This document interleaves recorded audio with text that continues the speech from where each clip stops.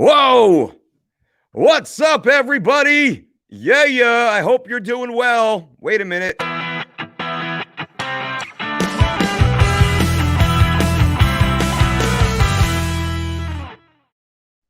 Hey, what's up, everybody? Welcome to the Mike Dolce Show, Ask the Dietitian. Now, can you hear me, everyone? Lindsay had a little problem hearing me. I want to make sure you can hear me right now.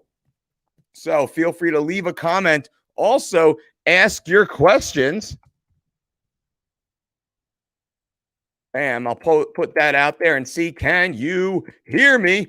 Great to see everybody. Welcome to the show. We have a great episode today. We're going to talk about stubborn. All right, cool. We can hear right on, everybody. We're going to talk about stubborn fat loss. This is an area a lot of people don't quite understand. We're going to break this down with the Dolce Dietitian Professor Lindsay Howard MS, RD, LRD, CSCS, DDC. This is a very informed, educated, and experienced young lady, also former collegiate athlete herself, professor at the collegiate level, and college coach. So we have a lot of credibility here at the Dolce Diet and Fitness Center, but you already knew that.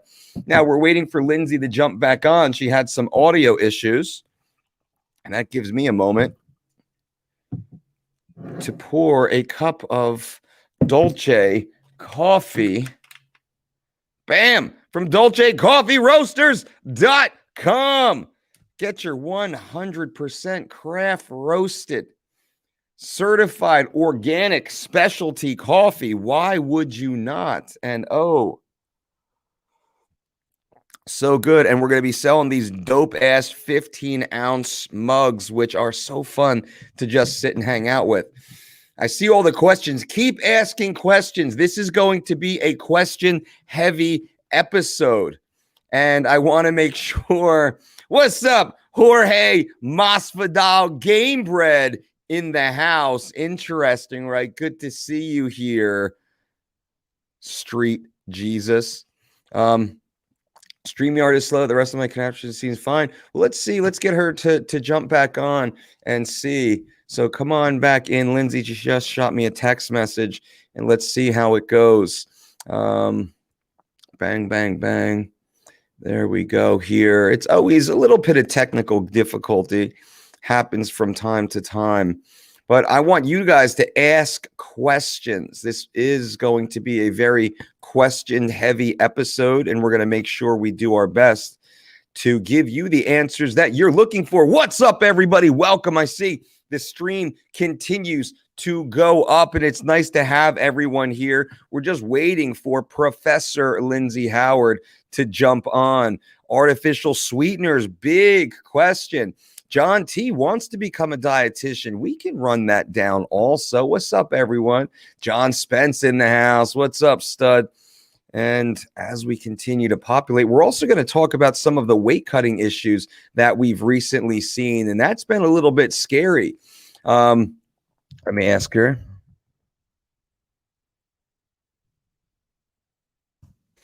And what we saw with Bobby Green, you know, UFC fighter Bobby Green was actually pulled from the most recent card, which was a scary event. I think he was supposed to fight Jim Miller on that event at lightweight, and he had a serious health issue. Lindsay says its device is not connected. Let's wonder what's going on. Let's get her out. Copy the clipboard. I know she's having just a little bit of technical difficulty, but that's not an issue. She'll come back on through a different stream. But Bobby Green is a great guy, and some of you know Bobby Green, Bobby the King Green. He had some severe health issues. He believes that they were kidney related as a result of his weight cut, and even during his training camp. And he had said something that was rather interesting, that he was suffering from what felt like back pain. He thought he had strained his back, when in reality, it turned out it was some sort of kidney issue that he developed during the weight cutting, weight reduction process. And that's always a very scary thing. So Lindsay and I, we're going to kick that around for you guys. Also, there was another event. What is this young man's name? The worst way in UFC history. What is his name? If somebody remembers his name, just let me know. Record. I'll see if that pops up. Oh, yeah, there you go. There we go. This poor guy, Rafael Alves, misses weight by 11.5 pounds. Rafael Alves missed weight not just for his weight class at 146. He missed weight for the weight class above him. He weighed in at 157.5 pounds. So that means as a featherweight, he missed the lightweight weight class. He didn't even make lightweight, which is a complete weight class above his class at 146. How terrible is that, right? Completely embarrassed for him. And I'd love to hear out a little bit more. Now, I know it's not Jorge Masvidal. That's just a really good troll account that got Jorge's name. So good to see you. That's not Masvidal. I know Masvidal personally, by the way. Funny questions. Seth, what's up, man? Brian, cool to see you. Yep. Josh McCullough, what's up, champ? Good to see you, my man. We're going to get that. Don't worry. We're going to get that one-on-one scheduled for you. Josh McCullough, Australian fighter.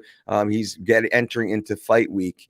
And we're going to do a one-on-one consultation for him to make sure he's dialed in. If anybody's interested in the one-on-one consultations, certainly click the link below this video. Also, if you're interested in our #1 rated online healthy diet, pause that.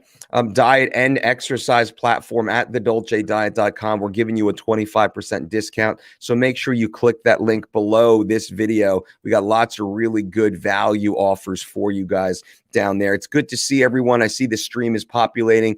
Professor Lindsay Howard right now had to reboot her hardware to get back on. She had a little bit of a connection issue. But I want you guys to ask questions. Cole asks, how is Brendan Schaub's diet going? It's phenomenal. B. Schaub is killing it, or as I call him, Mr. Supreme Genetics. He's absolutely killing it. I believe he's down 15 or so pounds already in the first 2 weeks that we've been working together. I know Brendan's been speaking about what we've been doing on his podcasts on Below the Belt and on The Fighter and the Kid and the other networks that he has. So he mentioned it to you guys first. Yes, happy to be working with Brendan Schaub at this point. Happy to be walking the journey with him and so impressed at his hard work and to see how fast his body is changing. I think he's down 15 pounds already, which is freaking phenomenal. And it's going to be exciting to watch. And what I told him, I said, listen, man, I've known Schaub for a while. I know his work ethic. I know his genetic. I said, you do what you're supposed to do. We work together. We set the plan. We follow the plan. I said, you can turn into The Rock. Schaub can look like The Rock. Schaub can look better than The Rock, in my opinion. I think Schaub's got better genetics than The Rock, right? I think Schaub can go that far. So in saying that, keep watching this space. Keep watching him. Keep rooting him on. And let's see what happens. I think Brendan Schaub is going to have that Dwayne Rock Johnson type of physique in the near future. And even further, he will be taking the roles from The Rock as The Rock transfers on or transitions over into politics. And when he stops sucking up all these, and I'm friends with Dwayne also, very respectful of him. But as The Rock transitions out of full-time Hollywood, watch Brendan Schaub transition in. That's my thought. Watch what happens. Shred Boy Bike Club. Exactly. We're going to have to take one or two of those C's off the Thick Boy Bike Club, right? Which is super cool. So just another minute or two. Lindsay will be back on. I know she's rebooting that up for everyone who's here, and I appreciate you guys. Now not allow me to start my camera mic, working on it. All right. She's drilling through a little bit of technical difficulties, as we all deal with from time to time.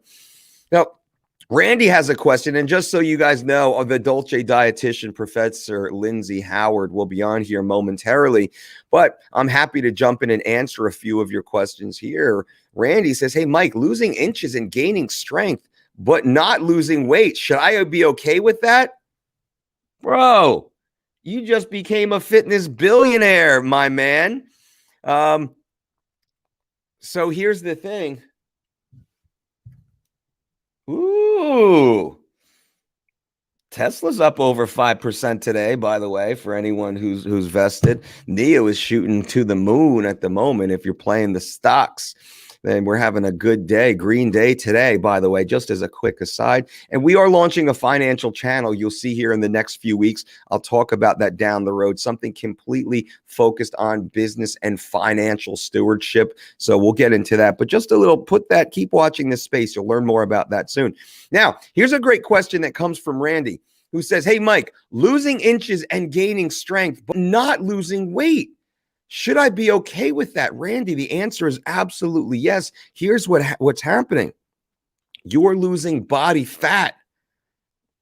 You're gaining muscle tissue. You are recompositioning your body. This is the holy grail. This is the holy grail of diet and exercise. And this is something that we specialize here at the Dolce Diet.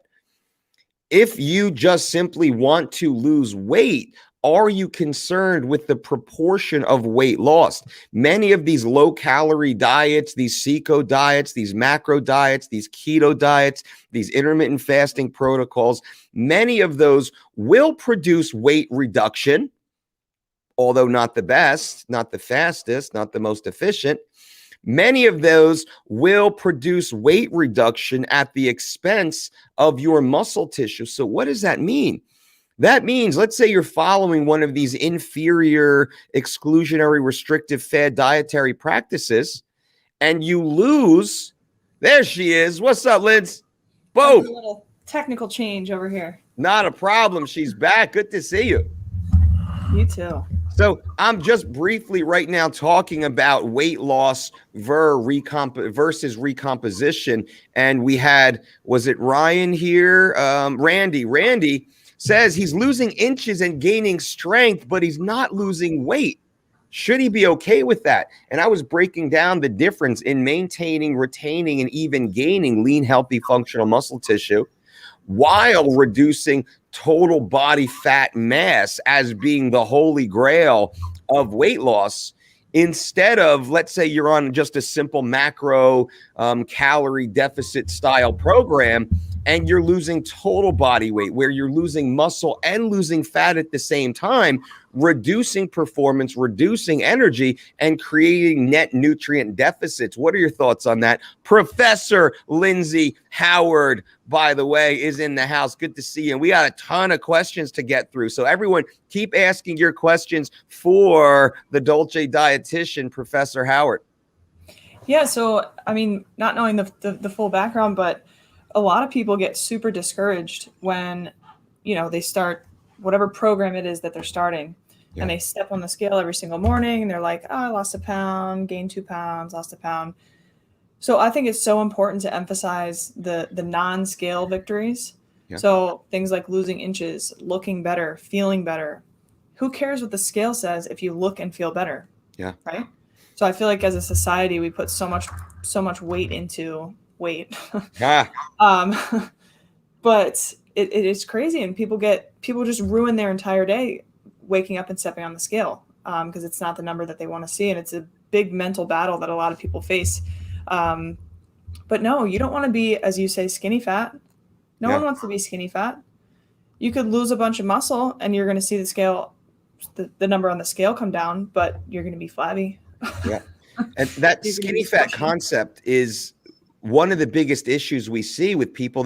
I want to lose weight. They just want to lose weight, and they drop 20 pounds, let's say. They look in the mirror, they look worse than when they were 20 pounds heavier because they lost a higher proportion of functional body mass versus non-functional. And oftentimes we see their body fat percentage go up. Though they lost 20 pounds, they actually have more body fat based upon percentage on their physique than Right. previously. That's not a gain. That is an epic fail, as the kids Yeah. say these days. Yeah, and it goes back to everybody's seen the model of what a pound of fat or 5 pounds of fat looks like versus 5 pounds of muscle tissue. Yeah. And that's why we call it lean. It's smaller. Yep. So fat weighs less, it takes up more space. Muscle weighs more, it takes up less space. So it's like the classic comparison there. We know that muscle is more dense, holds on to more water. So it's the same reason clients get frustrated all the time. They're like, oh, I just started lifting and now I'm 5 pounds heavier. Like, yeah, most of that is water. Yeah. If you're super sore, you're inflamed, all that stuff. Yep. And that's another thing people don't realize, how much weight can fluctuate day to day. Like 4 to 6 pounds for some people, which is completely normal. It doesn't mean you lost or gained fat in a day. That's not possible. Yep. So I just think overall, my suggestion for a lot of people, stay away from the scale if it's going to affect you negatively. If you're somebody that's fine with it, perfect. If that's part of your day, do it. But agreed. Now let's jump on the Cole Moran Bariso. He's got a 2-part question. Number 1, how many times a week should I lift weights versus completing body weight exercises? And then how many different exercises should I perform during my resistance strength training? So it depends. It definitely depends on what you're training for, what your goal is.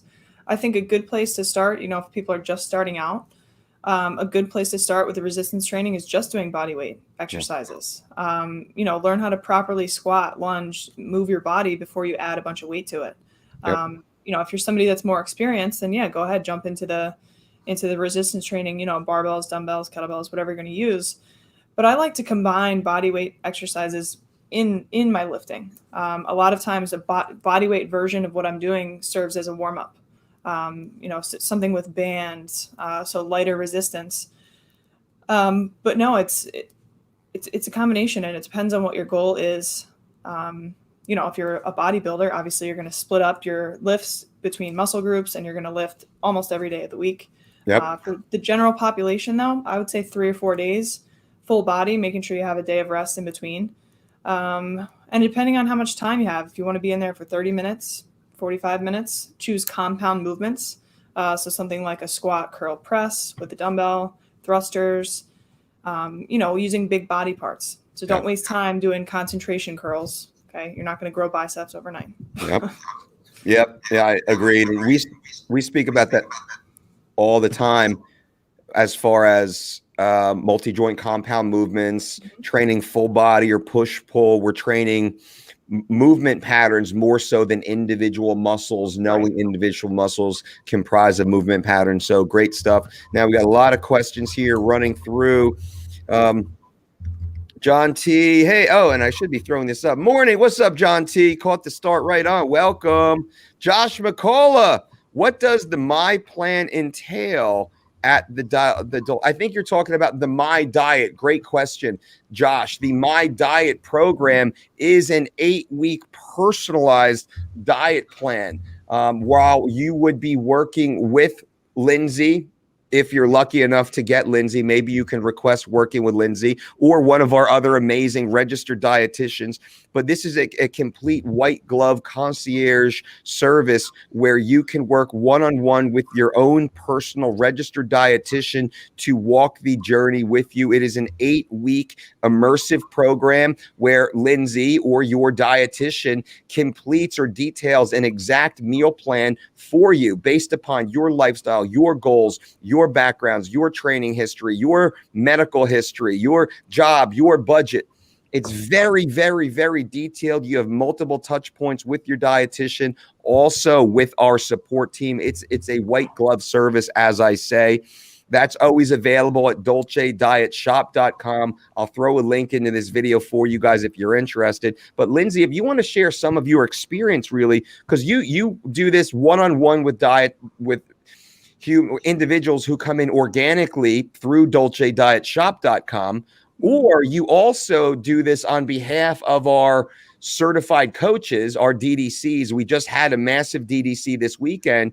These coaches can now go out and offer this My Diet service to their clients. So it's a great way for us to provide high level, world-class nutrition programming and administration that most people don't have access to. So if you want to share your experience as I throw this link up for everyone. Yeah, definitely. So usually when, the first step of the process is you complete a very extensive intake form. So you're answering any question that I could ever possibly imagine having. What is your current weight? What's your activity level? What's the reason you're signing up for it? Any medications, allergies, food preferences, how much you work out. It's endless. Okay, so literally anything that you could think of that is necessary information for me is on that form. So once I receive that form, usually the first step in the process is I will reach out to you. We'll chat on the phone, or sometimes I'll do it over Zoom. I think it's a little bit more personal when we get to see each other face to face. So we'll chat for like 20, 30 minutes, talk about goals, what you want to get out of the next 8 weeks. And then from there, we jump right into it. So what you receive from me are a few different documents. So usually there is one document that has your full, detailed, and complete meal plan, again, based upon your goals and preferences. I also provide a categorized grocery list, so it makes your life a heck of a lot easier going to the grocery store. Yeah. And for a lot of people, that's the first step. It's like, well, I'm in the store. What do I buy? Yeah. So kind of teaching you those habits to get you started in the right direction. So from there, I'll check in at least once per week. Usually I just give my cell phone number out. If you have any questions, text me. If you want to send me a picture of what you cooked for dinner, that's great. I think the more communication equals the more success that you have, depending on what your goal is. So again, once weekly is like the minimum. I have people that reach out every day, which is totally fine. I want to know how you guys are doing. Any questions that you have, if you need any adjustments. So again, you're not getting this copy and pasted or photocopied template plan that we're sending out to everybody. Okay. So it's completely individualized to you. And if any point you're like, I don't like this, then I change it. Okay. So it's very individualized, and it can be adjusted as we go through. So when you do this in conjunction with the DDC, they'll be responsible for the communication with you. So if you're struggling with motivation, if you need tips for, exercises you want to do or anything like that, they will be your point of contact. So I'm in touch with them to provide that same meal plan, grocery list, any other supplementary forms, different snacks, smoothies, things of that nature. But no, it's been awesome so far. We've seen a lot of different types of people with very, very different goals. Yeah. But everybody's been crushing it. So yeah, what I love is this is a great way we have professional athletes. We have high-level business owners and CEOs. We have stay-at-home moms. We have individuals who were just diagnosed with severe health issues. We have regular kind of, out of shapers, let's say, people that are trying to lose that 20 to 40 pounds and get their body back. We do a lot with our coaches. I think we're close to 500 Dolce Diet certified coaches now around the world, which is great. If anyone's interested in learning more about that, leave a comment and I'll shoot you a more private or personalized information about our next event. But this is a great way, the My Diet Plan. I think it's one of the things that we established that not a lot of the other teams have done, where we still open this up to one-on-one personalized attention instead of just going mass consumer model. We want to make sure individuals, they have the ability to have a high level, high quality, passionate dietitian walk the journey with them. And that's something that I think is very special. And the results that we've seen have been freaking incredible. Some of the most amazing results that we've taken part in have come directly through the My Diet program, simply because it is an immersion, right? It's not just a book. It's not an Excel spreadsheet. This is a full immersion with someone who cares. And I think you do a great job, Lindsay, motivating people. You help them overcome some of those self-perceived obstacles we all put in their way. And you keep opening the path. You unlock the map for them as they continue. Because some people, they'll lose 5, 10, 15, 20 pounds or so, and then they stop because they don't know where to go from there. They hit that first goal, and they don't see what is next, what lays in front of them. And I think that's something that you've done a great job, is really helping people continue to progress while teaching them what they need to know in life. Because after, they go through, maybe they some people do come back for a second 8-week program. They go for the 8 weeks, they come back and they finish 16. That's only 4 months in the scope of someone's entire life, right? But at that point, they have all the skills necessary to really build the best life for them. And it's really fun to watch, because we get to know these people on a personal level too, right? And it's special to go through that journey with them. Yeah, definitely. Thank you for saying that. Of course. But no, that's the thing. And it's more than just, ounces and cups and nutrition. And, it's way more than that. It's really more so that the other side of it is the motivational side is, well, why wasn't I eating like this before? What obstacles do I have? I recently had a client who has to drive her kids an hour to school, pick them up an hour to school. So you're in the car for 2 hours in the morning, in the car for 2 hours in the evening. So how do you combat that? Yeah. Do you stop at McDonald's, or do you prepare your food ahead of time and become prepared? So it's just life skills, simple things that we try to provide with them that they then carry on through their life beyond those 8 weeks. Yeah. So it's been pretty cool. Just small adjustments, and it's just small little victories. Like, okay, now I feel comfortable and confident in a grocery store. I feel like I could cook more things. I enjoy cooking, things like that. So it's been cool. That's awesome. Love it. Josh, thanks for that, man. John says, hey, I plan to become a dietitian. Educate me on the way. The way. Yeah. It's an investment, John. It's an investment. Yep. It's an investment. I don't mean just money. It's definitely if you're going to do it, go for it. Dive all in. My suggestion, and I don't know where you are in school right now, if you're maybe in high school, preparing to go to college, whatever it may be. There are a lot of schools now that offer 5-year programs. So it's a 5-year combined undergraduate and graduate degree. So you leave with your master's degree. Yep. You leave having completed your 1,200-hour internship, which is required, and then you could take your test. That's the quickest way to do it.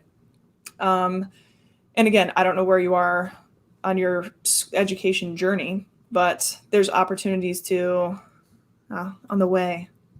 Sorry, the way. Yeah. The way. But no, there's opportunities to work and get your foot in the door, get your feet wet in the field. I strongly suggest getting just a simple personal training certification, just to get yourself, and I suggest this to all my students too, is being able to talk to people, communicate, have a friendly conversation, ask them how work's going, how are their kids, all that stuff. It is so important, and it's not taught in a classroom.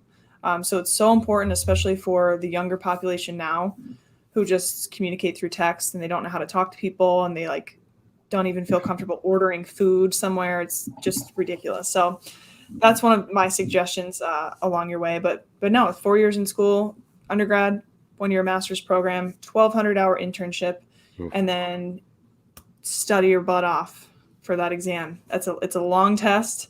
There's a lot of stuff on there that me personally, I'm like, I had a hard time preparing for the test because it was just nonsense information that I knew was never relevant or would never be relevant for me. But so there's a lot of stuff along the way in school where you're like, I'm never going to use this, but you will need to know it for the test. There you go.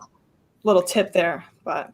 Yeah, and it's funny because a lot of tests, you simply teach to the test, you pass the test, you throw it out, and you get to work doing completely other things. Yeah. Right.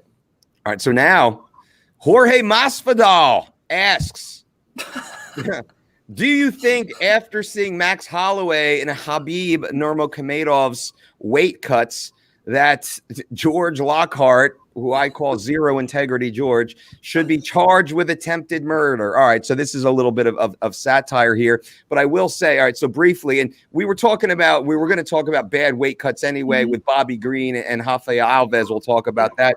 But with regards to that, so we know Max Holloway was pulled from a weight cut and pulled off the card while working with George Lockhart. We know Khabib Nurmagomedov was pulled from a card against Tony Ferguson, hospitalized during his weight cut while working with George Lockhart. We know that's happened to a multitude of fighters, unfortunately. Now, the question is, should he be charged with attempted murder? As much as I think George is a joke and certainly dangerous to athletes, I would say no. Now, there could be some sort of incompetence or criminal negligence. I'm not too sure what that is. Of course, I'm not a lawyer here.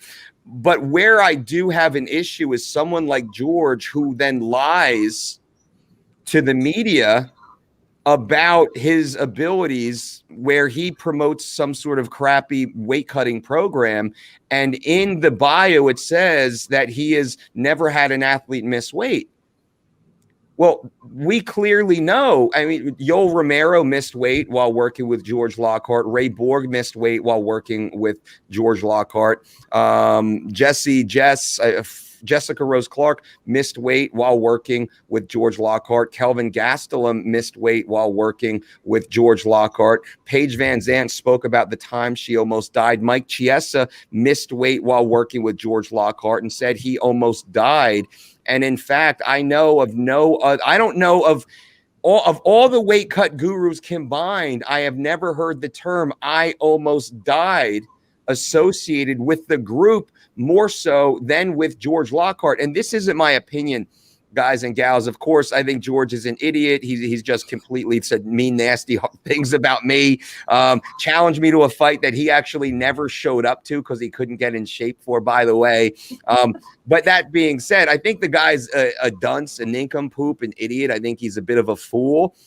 But there is danger to the athletes. I believe that he's a predator preying upon these athletes with lots of lies that we can clearly see. Max Holloway was pulled from 2 cards, fired George. Khabib Nurmagomedov fired George. Chris Cyborg fired George. I mean, Chris had said because of what George did to her, she had to take months away from the sport and be under extreme medical care, that she couldn't come back and fight Holly Holm because she was still dealing with the harmful negative effects of a George Lockhart weight cut. And this is all well documented. So everything I say here, this isn't even opinion. Now, I have opinions, by the way, and I have a lot of behind the scenes information that I'm not going to disclose for this. So I'm only speaking to things that you can find on all the MMA sites. You can find it on Reddit. You can find it on YouTube right now. That wormhole goes deep. So to answer your question, no, I'm not charged with attempted murder. Incompetence,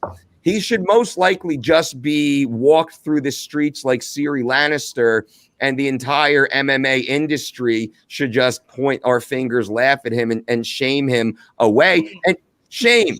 And maybe he should go sit in a college class, and maybe he should do what Lindsay had just said, is he should do his due diligence, and he should actually learn the tenets of nutrition and dietetics and medical nutrition therapy, and he should align himself with credible professionals so he then can support the health of his athletes and not have so many athletes point at him and said, I almost died while following his weight cut protocol. And that's the scary thing. When an athlete says, I almost died, and so many athletes have said it, that becomes a scary thing. Now, you are a licensed, registered dietitian, Lindsay. You might have a different, more harsh stance or not on this than I do. But what do you think about, let's just say, individuals like George Lockhart that are out there preying upon the industry, putting false information out there, but we see the trail of bodies that literally lay behind them? Yeah, it's interesting because, like, if I had some sort of track record like that, whether it was with weight cutting or, putting people at harm, I have to answer to my licensure and the Academy of Nutrition and Dietetics that governs, my scope of practice. So I'm in this bubble, whereas if I was reported, I could have my pretty much my credibility yanked away from me. Yep. And I don't know if, I don't know what his, certifications are or anything like that, but if you're just out there doing it, you don't have anyone to answer to. So you could essentially do whatever you want until somebody sues you, I suppose. So it's interesting that the people who, do put the work in and go to school, kind of follow the necessary steps, are held to a different standard than other people. So it's interesting, but I don't know. I don't know about attempted murder, but maybe some negligence. And again, we're not lawyers, but yeah, and I'd say, certainly not that, but more so, I think the community should have an understanding of how dangerous this actually is. And it's just seeing what these athletes go through and how horribly they are. And let's just, show a brief picture here of what happened to Mike Chiesa, just, so people can see the way this athlete looks. Does that look like a world-class athlete standing on the scale? Unfortunately, no. My God, he looks like a cadaver. And this is a good-looking, healthy, big dude. Looks like he freaking, him, kind of doing better days. And, Paige Van Zandt, what she had went through, she detailed the horrific weight cut that she went through. Mm-hmm. Where they're literally putting these athletes in boiling tubs of water. They're turning blow dryers on in the bathroom. They're even duct taping the door. I've heard these horror stories. These are freaking traumatic. They're so horrible and terrible. And it shows the incompetence. Now I'll take it one further. I've heard, and I've had coaches who've taken, training under George say that now he's teaching his athletes to fast for 2 days. Abdul Razak is one of the UFC fighters that said he was told to fast for 2 full days prior to his weight cut, where Razak actually collapsed during the weight cut process and wound up. That's another athlete who missed weight. Razak had said that he felt like he was going to die. This is all well documented. So these are stories coming from the athletes themselves. This is certainly not opinion right here. And it's all very scary. So, I don't want to spend too much time on a guy like that. But at the same time, people need to understand. And actually, Mike Seff is he's actually a legal student here. He said, if you can show George knew or should have known that death could happen, he could be charged with manslaughter, but there are likely waiver issues, and I'm sure a court would be reluctant to charge it. I'm not saying that, right? I'm certainly, as much as I think George is an idiot, I'm certainly not saying that, but I'm saying that what someone like that should do,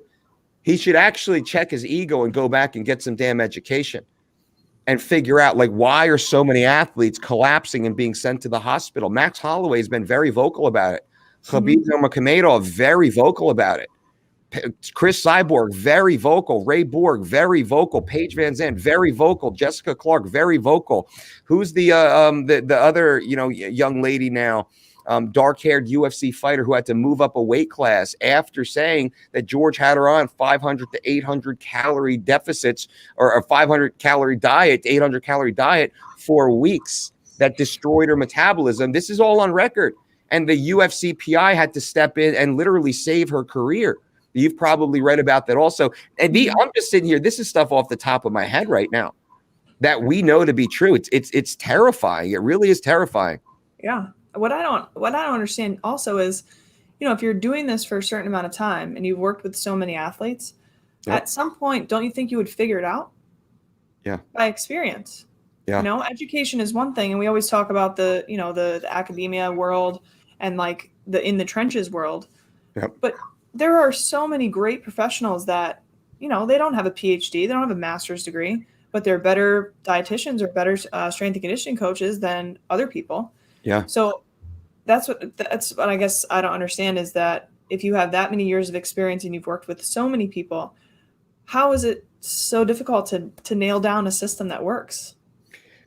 Yeah, and as you say that, there are some issues that I am aware of behind the scenes that I won't repeat publicly, simply because I don't think that's certainly not who I am and what I do. But I have a pretty strong opinion, I think, from behind the scenes information from those who have previously worked directly with that company.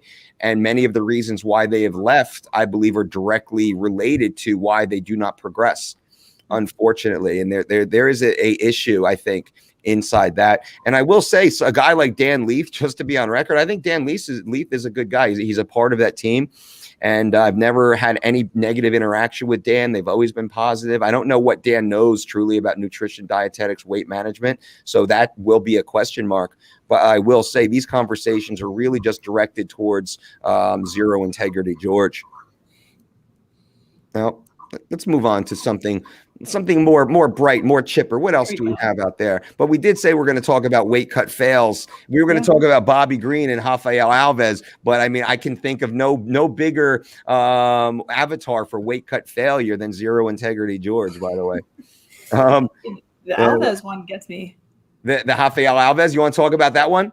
Sure. Yeah, let's talk about that one. So Rafael Alves, 2 or so weeks ago now, goes out and sets the record for biggest weight cut miss in the history of the UFC at 11.5 pounds. Macy Barber, Howard, thank you. It was Macy Barber. You're right. That was the other athlete who came out against George. I mean, there is a list, and everyone do your own due diligence here. Don't take my word on it for sure. Clearly, I'm biased because I think the guy's an idiot. Do your own due diligence and see just how many of these athletes. And it's funny, last piece, they now won't promote the athletes that they're working with until after the athlete successfully makes weight. And if the athlete misses weight, they won't even mention them. They'll put like the screenshot of like, oh, you know, another great weekend. And then the 2 athletes that were sent to the hospital or damn near died, they won't even mention that they worked with them. Oh, we never worked with them. Yeah. Yeah. They just dick tuck and run. So, all right, Rafael Alves. Let's talk about that. I'll kind of pull up a little bit about what happened to him. What do you know about him? Okay, so the one article that I read, I actually posted something on Instagram because I found it funny, and again, I think this was his UFC debut. Yeah. If I'm correct there. But he says, so he weighs in on Friday. He says, I ate bad salmon on Thursday. The doctor said to drink water. So that's why I'm 11.5 pounds overweight. He said he only had 4 pounds to cut. And then he started vomiting, having diarrhea. And the doctor said, drink more water. Yeah. Well, first of all, that confuses me because vomiting and diarrhea both cause dehydration, which would cause weight loss. If anybody's ever had a stomach bug, you're losing like 5 pounds in 2 days. Yeah. And 11.5 pounds of water weight is a lot of water to drink. You know, it's 1.5 gallons. That's a lot of water. I don't know. Maybe he was on IVs, something like that, but that's still a lot. If he's saying he got sick on Thursday and then to turn around on Friday, but I don't know. I mean, look, you can see him on the scale right now. This dude is jacked, right? This dude is jacked. This is a big guy. He's on the scale crying. So he still had some water to lose if he can produce tears. But look how, I mean, this is a jacked dude, right? Bad. So shame on him. Shame on his team for even accepting the fight strategically. Terrible idea. And what was interesting, he missed weight. Not just did he miss the featherweight limit of 146. That was a good list. He missed the lightweight limit of 156. He came in at 157.5. He couldn't even have been a lightweight. Dude weighed in as a welterweight. How freaking insane is that? So, and he didn't look unhealthy on the scale. Now, looking at his body, there's no way I think that guy could have made 146. Right? Looking at that physique, I mean, dude is freaking yoked, right? So he's not making 146. Right there, that's him at 57.5. There's not 11.5 pounds to squeeze out unless that's a 3-week out body. Yeah. Right? 3 weeks out, we can dry a guy like that out, no problem. We can get his weight down doing what we do. But man, how terrifying to hear that. And I saw they all make these excuses afterwards.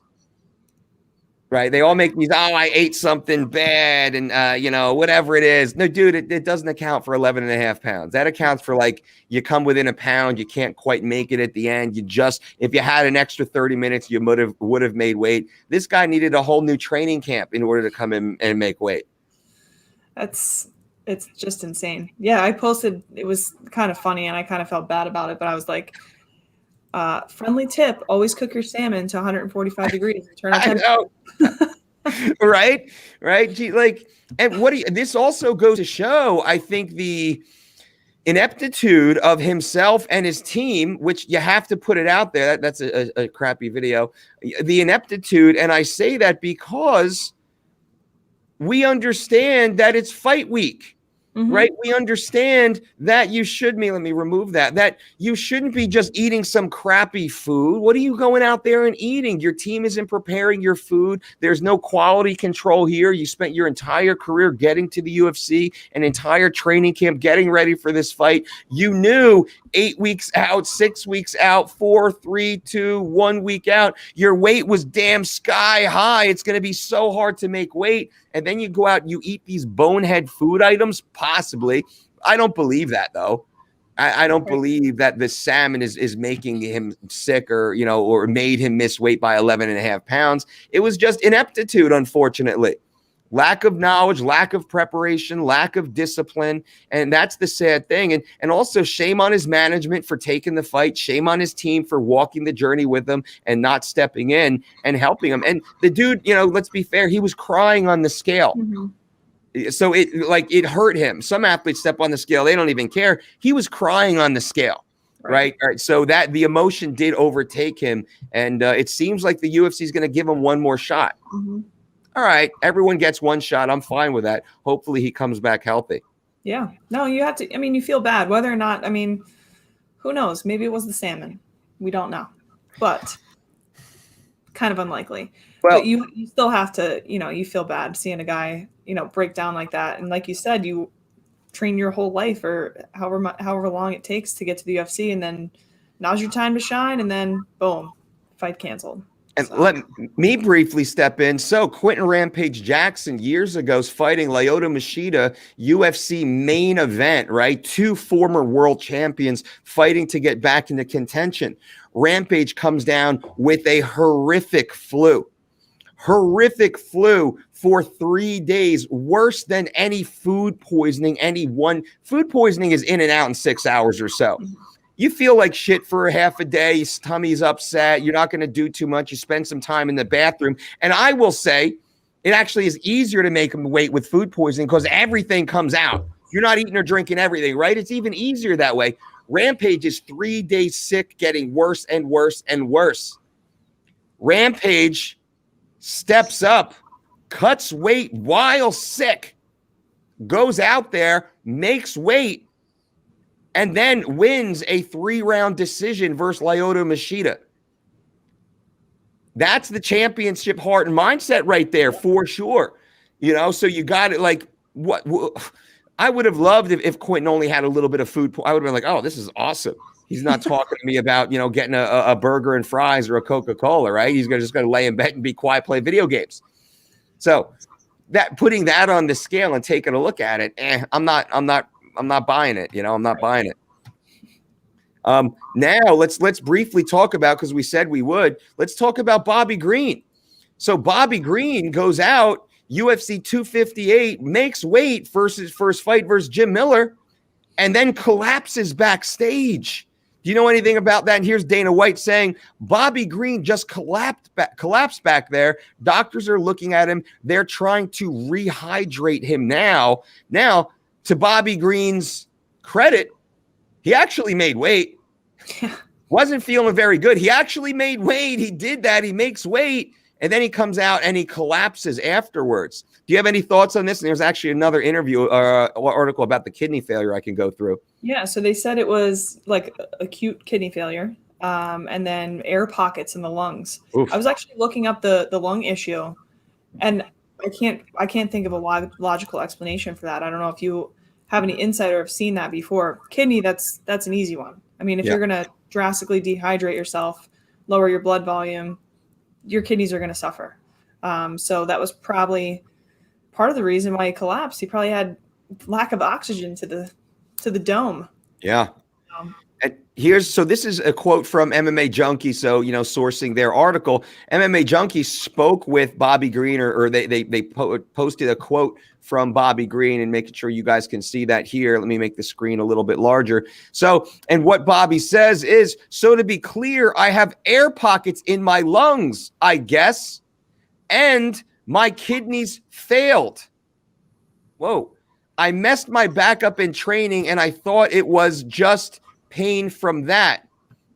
Thanks for all the wonderful things you guys said. It's crazy how you can get a lot of love, but not the love you want, if that makes any sense. So I don't really understand what Bobby's saying here, Lindsay, to your point. Air pockets in his lungs, this would be a completely separate issue if that was an issue at all. And he says, I guess.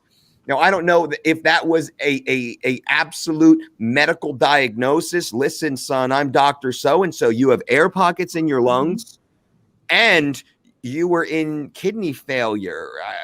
But he says that he had back pains during training camp or he thought it was from a back injury, back issue. And then the inference is that they were his kidneys were failing him during training camp is what he seems to be saying, right? That's what you're getting from this too? Yeah, I think so.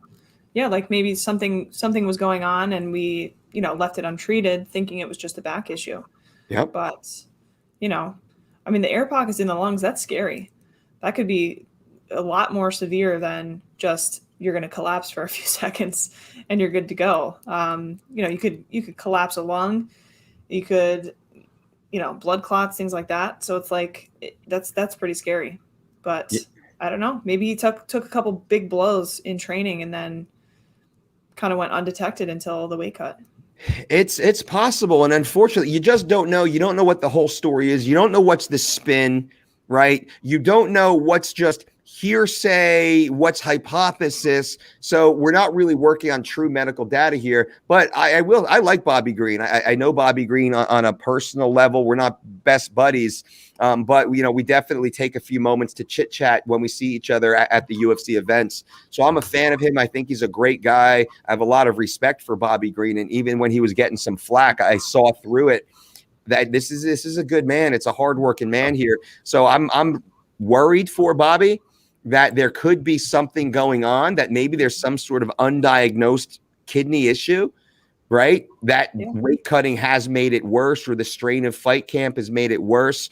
Who knows how that's going? But I would certainly hope that he goes out, he takes the time to get a full medical evaluation to see what's happening, and then make the right adjustments in his training, in his lifestyle, in his career to then restart his career again. Like, health first. He's a dad, right?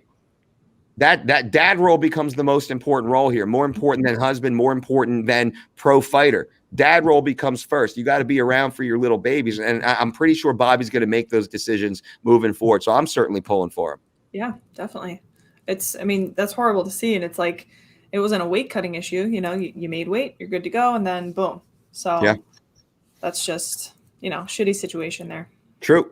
Now, keep it on the weight cutting conversation. If anyone has specific diet and weight loss questions, definitely want to answer those. Also, I want to finish the show a little bit with diet and weight loss misconceptions. So if there's any misconceptions you guys are thinking about, you're worried about, you're confused about, your coworkers are talking about, add them to the questions now. We'll kind of finish up the weight cutting loop with Andy David's question. Says, Mike Dolce, you're like my gym teacher. What's your opinion on no weight cutting? Maybe having weigh-in on fight day. Why isn't natural live weight? So do you want to jump in first, Lindsay, on this one? It's things like, just let's wipe away weight cutting, maybe even weight classes, maybe doing like what ONE FC is doing, or at the collegiate level, you weigh in 2 hours later, you're on the mat, you're wrestling, let's say. What are your thoughts on that for combat sports? Yeah, it would certainly change the game, that's for sure. It would eliminate all of these issues that we're talking about. And it would be interesting to see if you could get concrete, and I know wins and losses, you could be completely dehydrated and you cut 20 pounds and whatever, and you could lose even though you're at a weight advantage, or you could come in on weight and you could still lose. So it's like, if there was a way to quantify the actual advantage of being a heavier fighter, how powerful are you? How hard are you going to hit somebody? What's your endurance like? So it's a give and take. So, if you're cutting more weight, you have an increased risk of being more dehydrated, which could affect endurance and all of these things. It could affect sleep, preparation, the mental thing. If you're so worried about making weight, you're not focused on your fight. So it would be cool to quantify, to see, okay, what advantage really comes from being 4 pounds heavier than your opponent on fight day? Yeah. So that's an interesting topic. I Yep, don't know.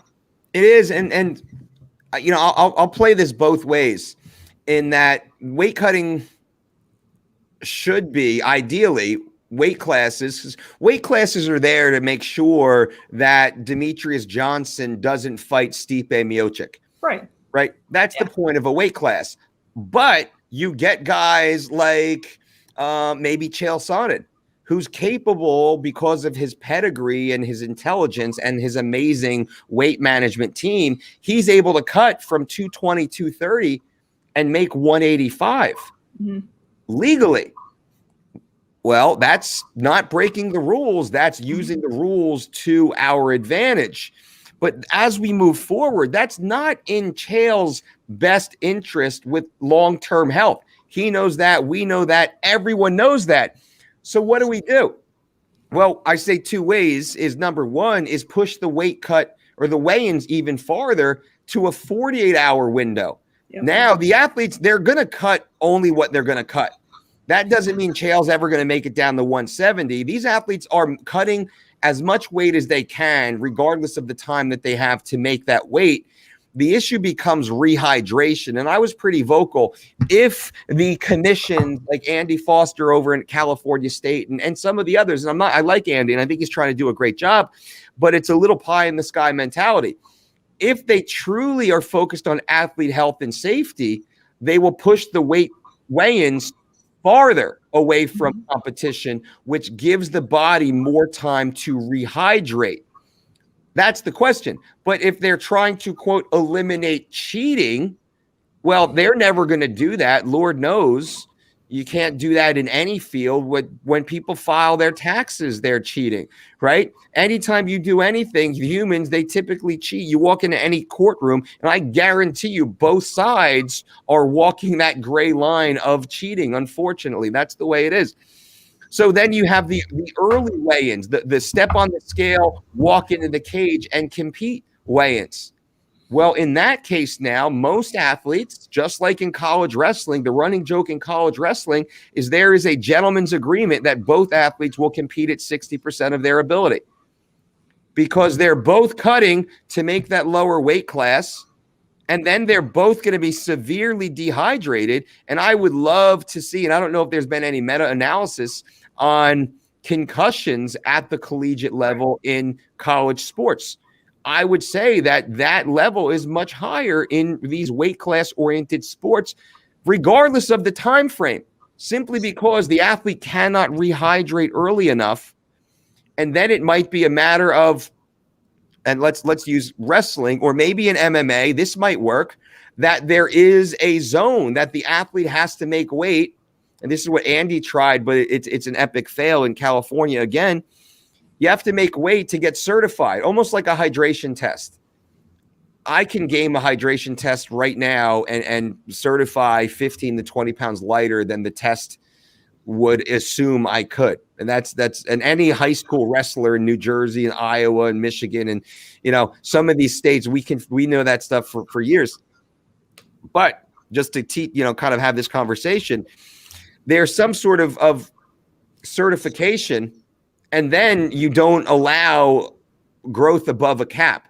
So let's say you certify to be a lightweight in the UFC, maybe you have to certify at 148, but you cannot compete higher than 159. So now you can show up at 158 to 159 and compete. You can be inside that cap. Now that is, and I'm just sitting here kicking it around with you and a few thousand people who are going to watch this stream. That is imperfect as I sit here. But I think if we had enough great minds who actually sat down and came up with what does that protocol look like? What is the exact testing structure? How will athletes cheat that test? What is fair to the individual? We could probably come up with something a little bit better. But even still, and I will say, me personally, I like the day before early morning weigh-ins. I think this gives the athlete more time.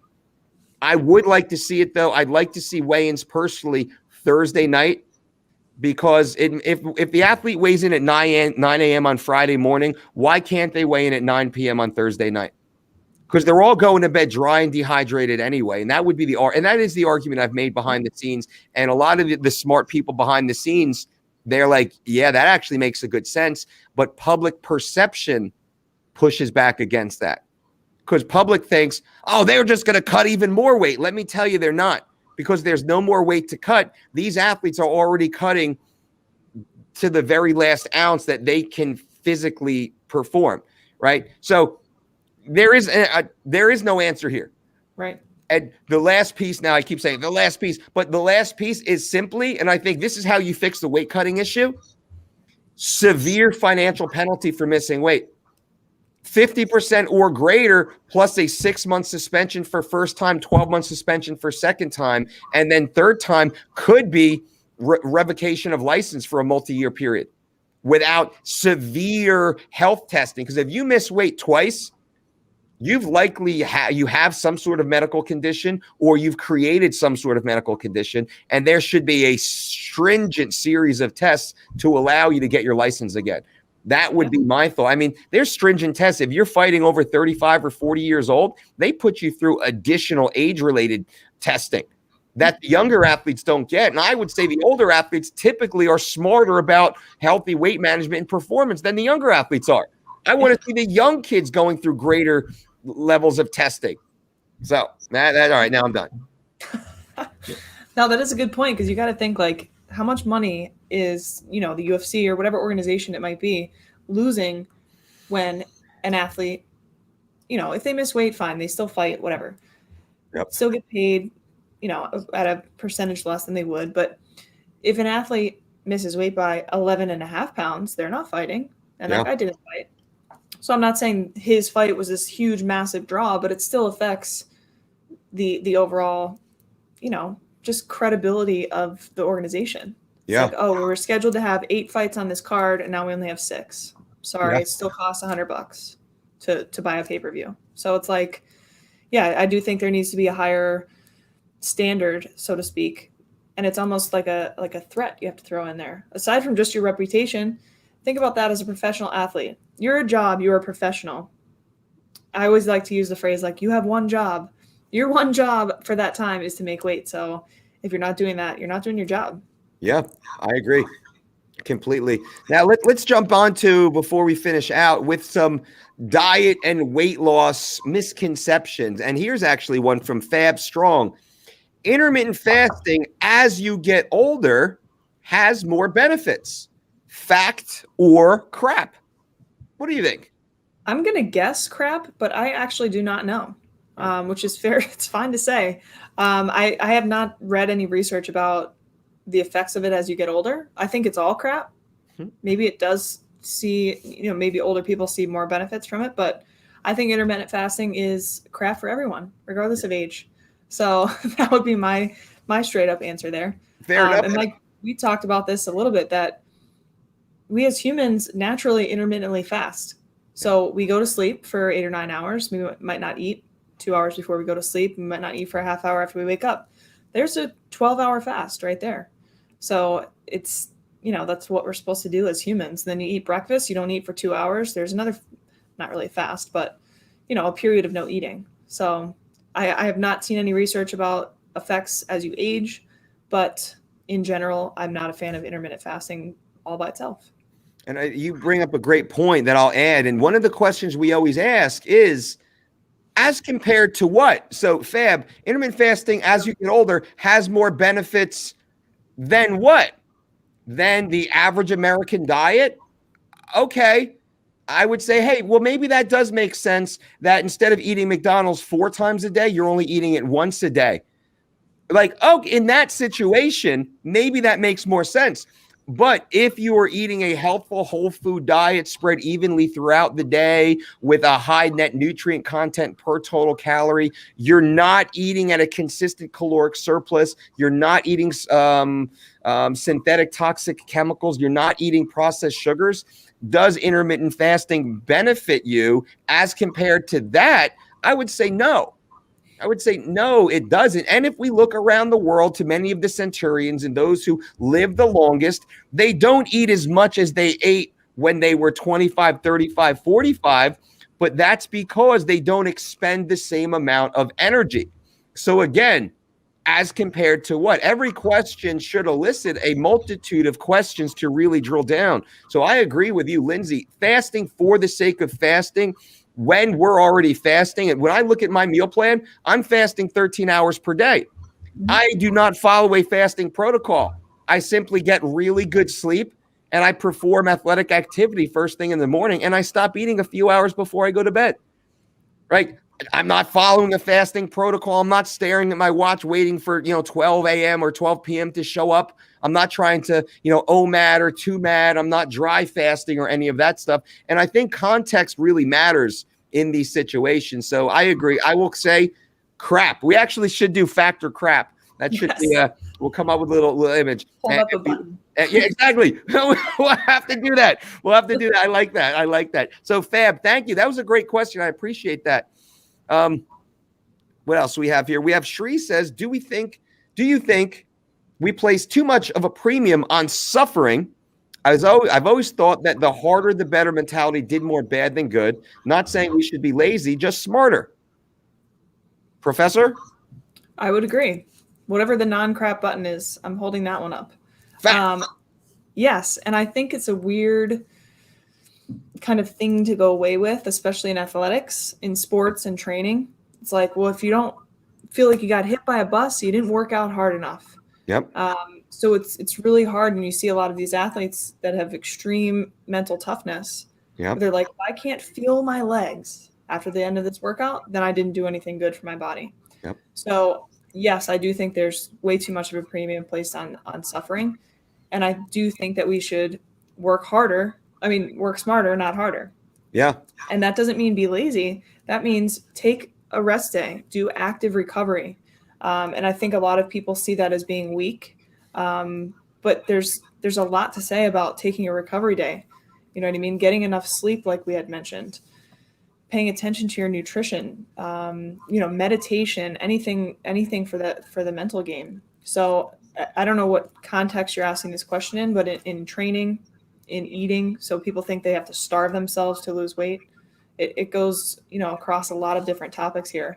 But no, definitely, I think we are moving in the right direction. Yeah. As far as science goes, and actually listening to science and getting away from, working outside in the sweat and your hands are covered in rust and we're just, killing ourselves. So I think there needs to be a good balance of working smarter, not harder, but not eliminating hard work altogether.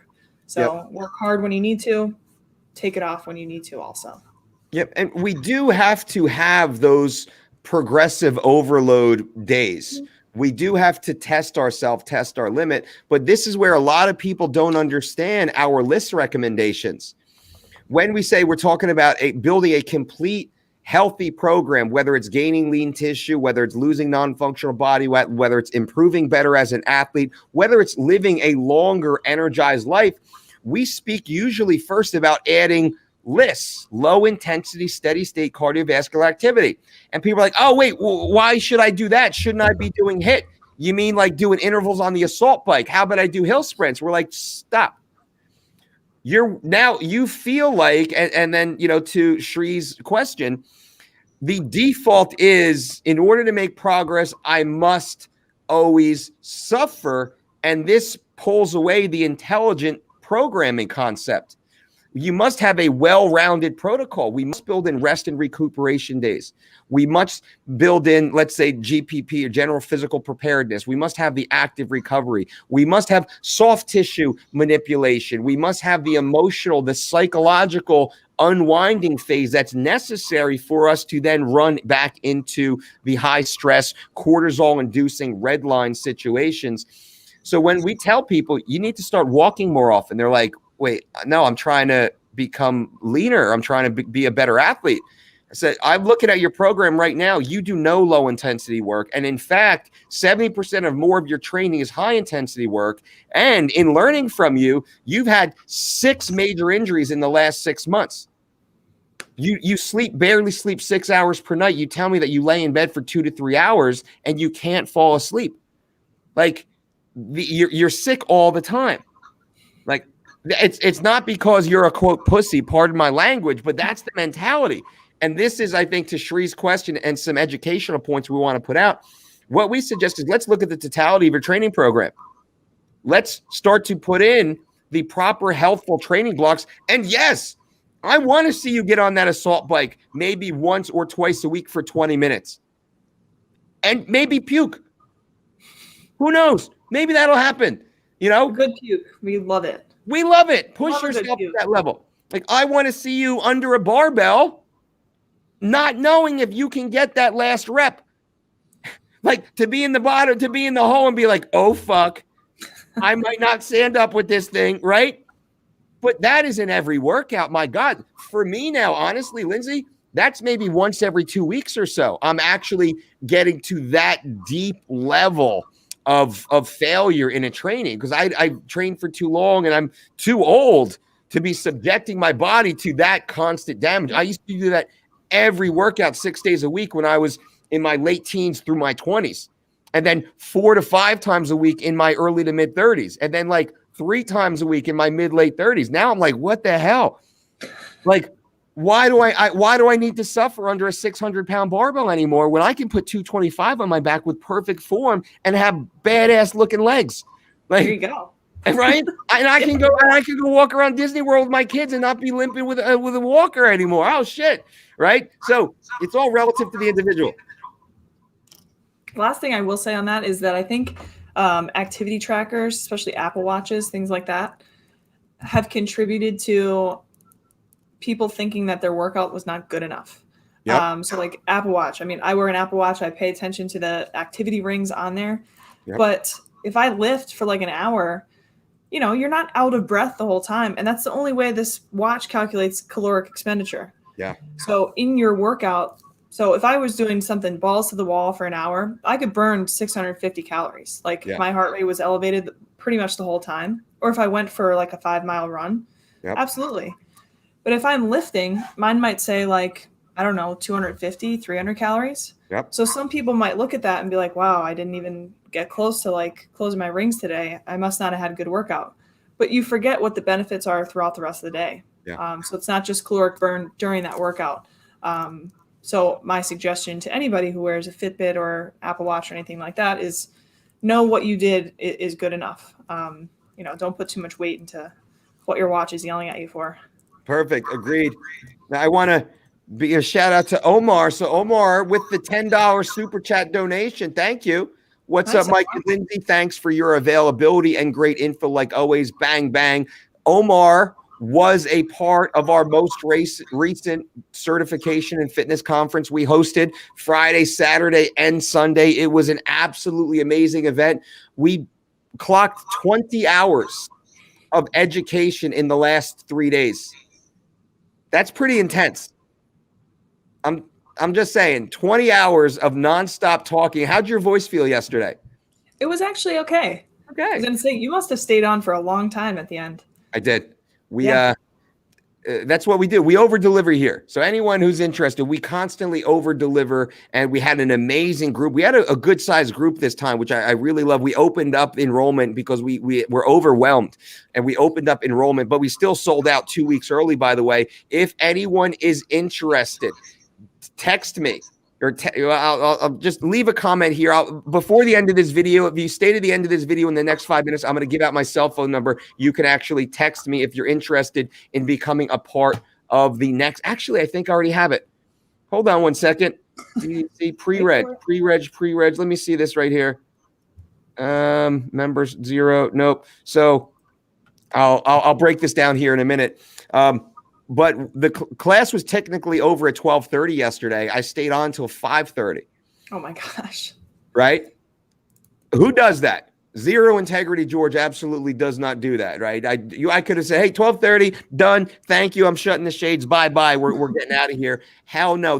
Almost the entire group was, I think every single person stayed until after 3 o'clock. And then a few people had to get back to their regular lives. They had family. We had 6 different countries. We had Israel, we had Canada, we had Spain, we had Sweden, we had Germany, and the United States were all represented inside this course, which was a tremendous event, and just super stoked, and such amazing people were here and a part of it. If anybody is interested, definitely leave a comment below this video, or I'm going to, because nothing's listed yet, but the pre-registration list is already growing right now, and I want to make sure that you guys get first access to this. So I'll, before the end of the video, in the next 5 or 10 minutes or so, I will actually put out the information on how to get on the pre-registration list for the next Dolce Diet certification and fitness conference. I mean, if you like this little video here for an hour, Lindsay and I just chit-chatting, having fun, you will freaking go crazy over 20 hours. That is the precedent we've set now.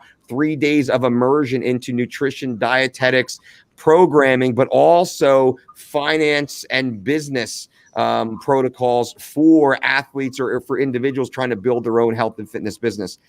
Mistaken location with the $20 super chat donation. We certainly appreciate you. Thank you. Uncle Mike, on day 3 of the 12-week program, bam, bam, bam, and down 11.4 pounds. How about that? Energy is up, and I feel detox. Started a friendly summer shredded competition with 2 in-laws. Ooh, doing keto. You're going to crush them. And have lost 2 times more than both combined. Let's go. Not even a question there, which I love. $20 donation. Thank you. We appreciate that. 11.5 pounds down on day 3 in week 1 of our Living Lean program. You guys can click the link below. Click that link below to take part in the Living Lean program, a 12-week program. You'll get a 25% discount right now with promo code TRANSFORM. Go and check that out. Summer's coming, by the way. There is no place to hide. No hoodies, no sweatshirts, no moo-moos. You will be outside. Skin will be exposed. And I want to make sure that you guys get out there, get after it. And our program is the best program. It is the #1 rated online healthy weight loss program, proven successful for over 20 years with a 100% success ratio at the highest level of sports. Why would you not take part in that? Click that link below. And I appreciate that mistaken identity. Please keep me posted. Please keep me posted on your progress. I want to follow the journey with you. He should expand the competition to see how long everybody keeps their weight off. True. Yes. That is, ooh, a little side bet, right? Mm-hmm. Little extra side bet there. I like it. I like it. Now, do you like this question, Lindsay? How does drinking coffee affect digestion and nutrient intake? Because why do I ask you? Because I'm going to run to the men's room real quick, and I'm going to let you take over. Or do you want to answer this one about physiology, which is right up your alley? Holes in the lungs, Or what about this one? This actually might be a good one. Recommended ratio between cardio and muscle gain for this individual, Ben Fullman. Okay. That's a good one. Right. I'm going to run to the men's room real quick. Yeah, so I guess I'll touch on the caffeine part as I sip my coffee, but there are a few nutrients that could be affected by caffeine absorption. One of the common misconceptions is that you will not absorb any iron if you intake caffeine. Not necessarily the case, but I'm not sure what you mean about being feeling tight inside. But I think a cup of coffee or tea is excellent, periodically throughout the day. So definitely recommend a healthy amount of caffeine/coffee intake. Okay, so recommended ratio between cardio and muscle gain, 10K, which is like 6 miles, 5 days a week. That's a lot of running. And resistance training 4 times a week for an hour. Got lean, shredded, but haven't gained the most muscle out. Yeah, so this is another common misconception that if you run too much, you will lose all of your muscle and you'll get super skinny and all of that. What is that? It's about 30 miles a week, right? Yes. I don't think that is too much running. Depending on what you're doing resistance training wise, I might recommend, upping the weight, as Mike had previously mentioned, that progressive overload. So when you resistance train 4 times a week, are you doing the same back? Are you doing the same? Are you lifting the same weight? The other thing is you might want to up your caloric intake. A 10K 5 times a week, and again, a 10K is about 6 miles. that's a lot of running. That's a huge caloric expenditure. So you might need to eat more calories if you want to put on a little extra muscle mass. But no, I think a lot of people are afraid of running and they're afraid of cardio because it's going to make them skinny and they're going to lose their muscles, but not the case. You would have to probably, and again, don't quote me on this, but you'd probably have to double that amount of running to see a huge reduction in lean muscle mass. But no, so my take home point, I guess, would be eat some food, Ben. Eat some more food. Get that protein in, make sure you're hitting your protein requirements, and maybe adjust the weight in the gym, up the weight, change your exercises up, something like that. Yeah, and I'm jumping in now. Run 6 miles 5 days a week and resistance trains 4 times a week for an hour. Got lean and shredded for sure, but haven't gained the muscle I want. That's good. That's an uphill battle, man. You're burning the candle at both ends. Hey, God bless you. You're crushing it. You probably look awesome. Like that's a badass athlete right there. But if you're trying to gain muscle, where are we going to gain the muscle? You got to increase your recovery capacity. Are you getting 9 hours or more of sleep per night? Are you eating in a caloric surplus that allows enough extra calories to help build this muscle tissue? So kind of consider that. Can you taper down your training for a few weeks, your running for a few weeks as you start pushing towards higher top end resistance training sets, and then maybe kind of cycle back into a little bit more running when you maintain strength? So you kind of peak up and then maintain strength as you ebb and flow your running, your distance, your volume. But you're doing great. So I think now I love that because we're just talking about the minutia here for you. He should channel his inner Nick Bear. Somehow he does it. I was just going to say, yeah, Nick Bear, man. Nick Bear is the freaking savage. But I don't think Nick is trying to gain muscle tissue, right? Like if he's going to gain muscle tissue, he's going to dramatically drop down his overall volume on mileage.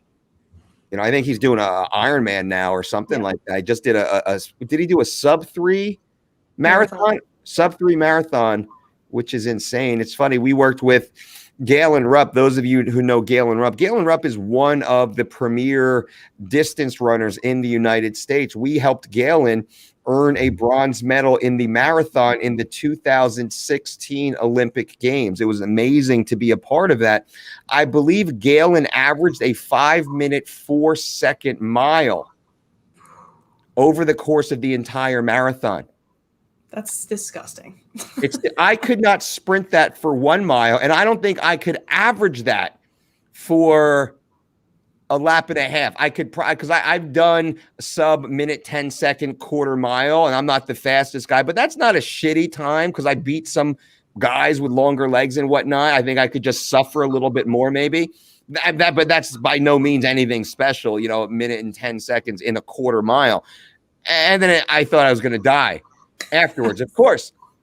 After just one lap. After one lap, I was like, all right, fuck y'all. I'm dead. I'm going to go lay in the field for an hour until I finally recover here. I couldn't imagine. So like going through Galen's training and I'm blown away that humans can do such things. So Nick Bear going out there running the sub-3 hour marathon. Fucking crazy. Crazy. Yeah. I think I ran 10 miles in 90 minutes. And that was hard. Right. That was hard. So it's like that was hard because of distance. My entire body hurt. Like I was just completely just metabolically fucked. Oh yeah. And to think Nick did more than double that, consider because a mile or marathon's what 23.6 or 26.2. 26.2. So like I'm not even in the ballpark of what that fucker did. And so the amount of suffering that goes into that is insane. And working with a lot of the endurance athletes that we have, I noticed that they all love to suffer. That's the personality trait that makes a great endurance athlete. They have to love to suffer. And usually, this is my Freudian analysis here, there's something in their life that makes them, that happened to them, that pushes them into that suck zone, that suffer zone, that burn it away type of zone. Very rarely have I just seen a class competitor who didn't have some sort of hang up, some sort of a mental void that they were trying to fill. But that's just an aside. Yeah, they always say like track and field, well, like the sprinting events and the longer duration events and cross country, their sport is every other sport's punishment. Yeah. So it's like it takes a different mind to sign up for that. I've never heard that before. I've never heard it put that way, and it's so true, right? That's exactly what you don't do the thing, then you're gonna have to run sprints, run laps, run distance. Everyone's like, no. Okay. We'll do whatever we're gonna do. But these sports, that's what they do. That's funny. That's a good point.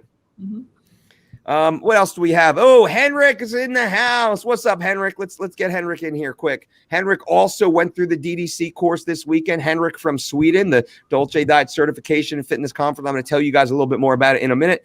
I do strength and explosivity 4 times a week and martial arts 4 times a week. I'm gaining muscle now and living lean and push, pull, and explosivity day. Just add more food. Good food. Damn. Yeah, all right. Henrik is actually built very much like a Nick Bear. By the way, he has that same type of healthy, lean, fit physique, combat athlete, strength trained, and all that stuff. So that's actually a good one. No question there, Henrik. Good to see you, brother. Can suggest he learns about insulin resistance. Once he understands the physiology behind weight gain, there's no coming back, I believe. Also, daily walks. Let's jump into this one, maybe. Any advice for my brother who is reaching the morbid obesity stage? Okay. I told him to eliminate soda altogether, eat fruit when he has sugar cravings, and eat as much vegetables as he can, and also go for daily walks. Lindsay, anything that you can share to Anthony that he can help teach his brother about this? Yeah, I mean, I would agree with everything that you have down there. But for somebody who is reaching a morbid obesity stage, a little bit will go a long way. So small changes are going to make a big difference for somebody in that situation. So little changes, starting to feel a little bit better. Some people drink like 2 liters of soda every day. So for them, it might be, okay, let's bring it down to like 1 or 2 cans and slowly kind of wean them off of that. Yep. But no, I mean, definitely a daily walk, as Mike had mentioned, upping that fruit and vegetable intake. And again, just focusing on small, attainable changes. And the other thing is he's got to want to do it. You know what I mean? So it's figuring out what led your brother to this point and figure out, if he's not motivated and not in the place to be ready to do that, to make a change, is how can we get him to this place where, my health is suffering and I really need to make some changes to, elongate my life and avoid any sort of, metabolic type diseases that are going to eventually most likely come along with being morbidly obese. So that would be my advice. Agreed. And that's, I think the most important thing is he's got to want to do it. Yep. If he doesn't want to do it, it's going to do absolutely nothing except ruin your relationship and break your heart. So it's like, if you can sit down with him and speak into his soul and let him know of what he's doing and where this path is leading to, and that you want to walk the journey with him and help him, and there's other people around you that love him, and kind of speak into his life and let him know. And here's some great things to do. And I would suggest that you walk the journey with him. You go for the walks with him. Hey, bro, let's go for a walk today. I'm going to show up to your house at 6 a.m. every day. I'm going to leave my house, go to your house before I got to do all my stuff, and I'm going to go for a walk with you because I love and care about you that much. That might get his ass out of bed and get him walk. And we're just going to walk to the front porch, and we're going to touch the sidewalk and then go back to bed. And then day 2, we're going to walk to the neighbor's house. Then we're going to walk to the corner. Then we're going to walk around the block. Then we're going to slowly extend. That becomes the attitude. Yeah. So, and it's always easier with the support system. Always easier with the support system, for sure. Yep. Now, if anyone wants to be on the VIP list for the next DOLCE Diet Certification and Fitness Conference, we just wrapped up our 3-day immersive educational event this weekend. Text me. I just put it into the chat section. Text the word pre-reg, P-R-E-R-E-G, all one word, pre-reg, for pre-registration. Text the word pre-reg to 732-487-3445. Text me. That will automatically be added to a private list. I will let you know when we have the next event scheduled. I was not planning on adding a new event anytime soon until the world opened back up, but I think we have to, actually. We already have the growing list of pre-registration that people wanted in. They couldn't get into the last one because we closed registration. So we have that list. And then now we did that little bit of a sneak peek into the event over the weekend. I did an hour or so, I think, of just part of one of, I think, your protein chapter, Lindsay, and then some of the Q&A afterwards. And I got a bunch more of people who are just, text bombing me about wanting to get into the next event, even to that same event. So anybody wants in, text the word pre-reg, and we will definitely make sure that you're first to know. You'll get preferential seating, and you'll even get a preferential discount to be a part of it. Everyone gets one of these brand new Dolce Diet hoodies. Lindsay, yours is on the way, by the way. You also get our 340-page coaches certification manual, which is so robust with information. It is a college-level textbook that we teach to you. So blah, blah, blah. Definitely take advantage of it. It will sell out, so don't bust my chops when it sells out, like happened last time.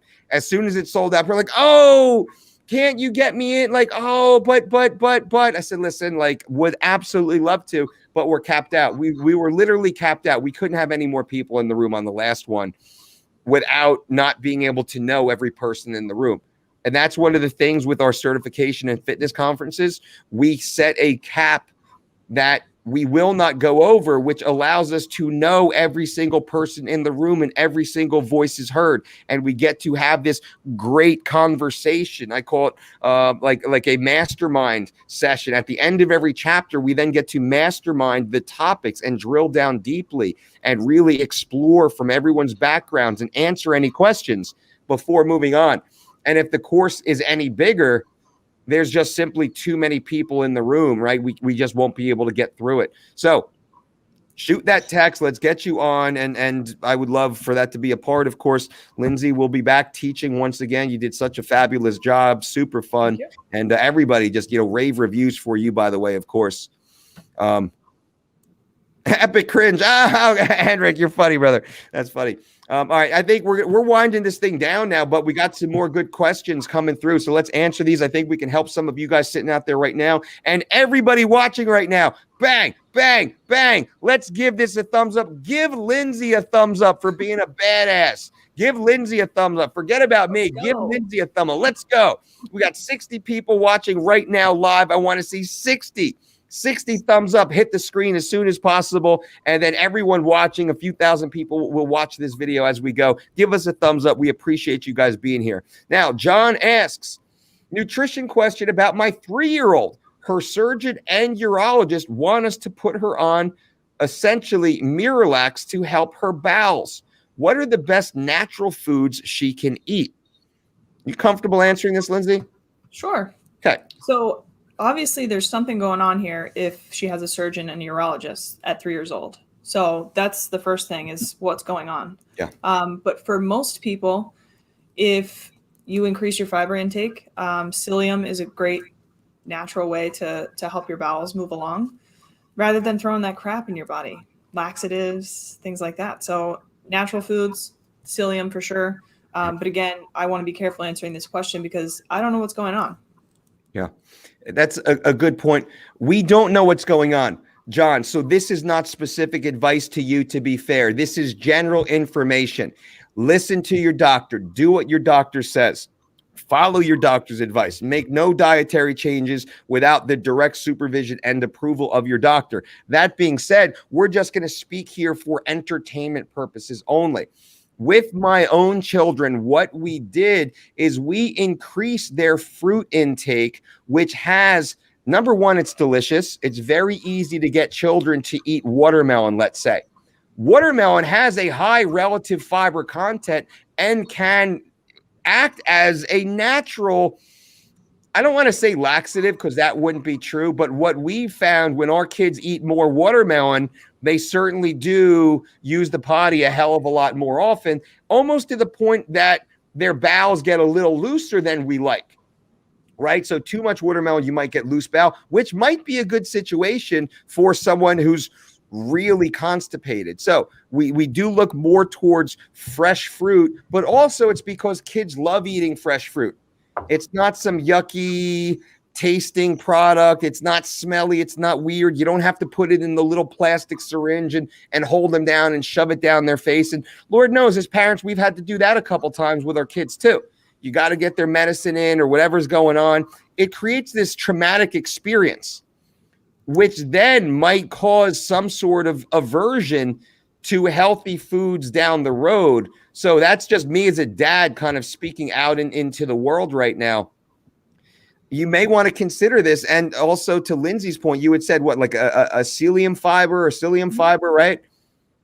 And there are some of the fibers out there. Is it a Miralax? I'm not sure.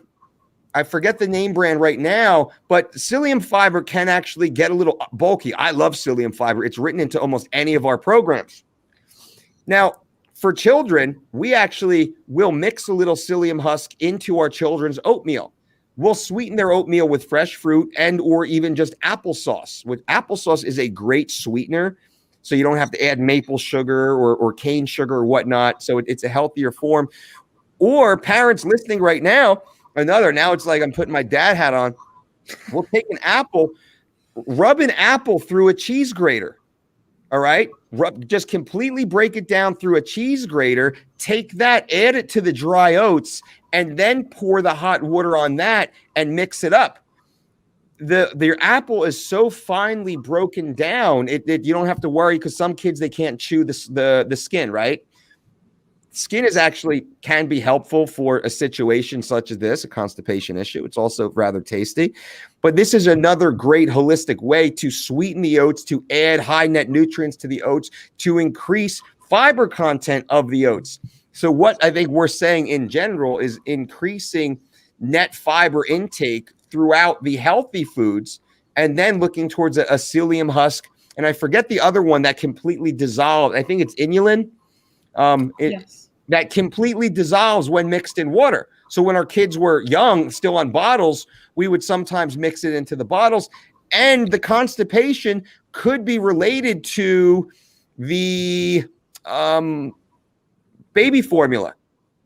Some baby formulas increase constipation. Is it because of the iron or the magnesium? I always forget which, as I'm a little outside of the range now. Are you aware of that, Linz? I don't know specifically, but it's something with the manufacturing process that that could come up. But and they have those that say that will actually make a reference to constipation. So like take a look at that. I think we use Honest Company when our kids were on formula and kind of getting off mom's milk with a little bit of formula is supplement, and then we kind of transitioned them off pretty quick. She is still breastfeeding. Okay. Yeah, there you go, John. Well, hopefully it was helpful, man. Thank you. Ben says, Professor Howard and Coach Dolce, you are the best. Thank you for your elaborate answer. Well, that's what we do. We're here to help. Right? We're here to help. John T says, how much does the cert cost? I may need to wait for the next event. Text me pre-reg to the number I put into the chat. Find it now, text it, because everyone who does, you will get first access. You will get a 50% discount off the retail price.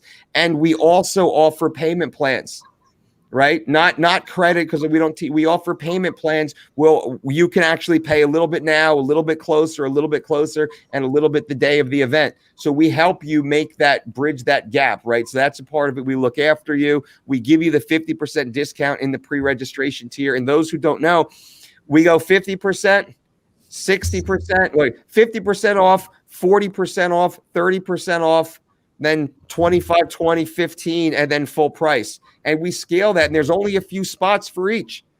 There's only I think the 50%, we give like 10 people at 50%, and then it's like 5 people at 40, then it's just a couple as we go down. So it is a tiered plan, and this incentivizes people who aren't full of shit.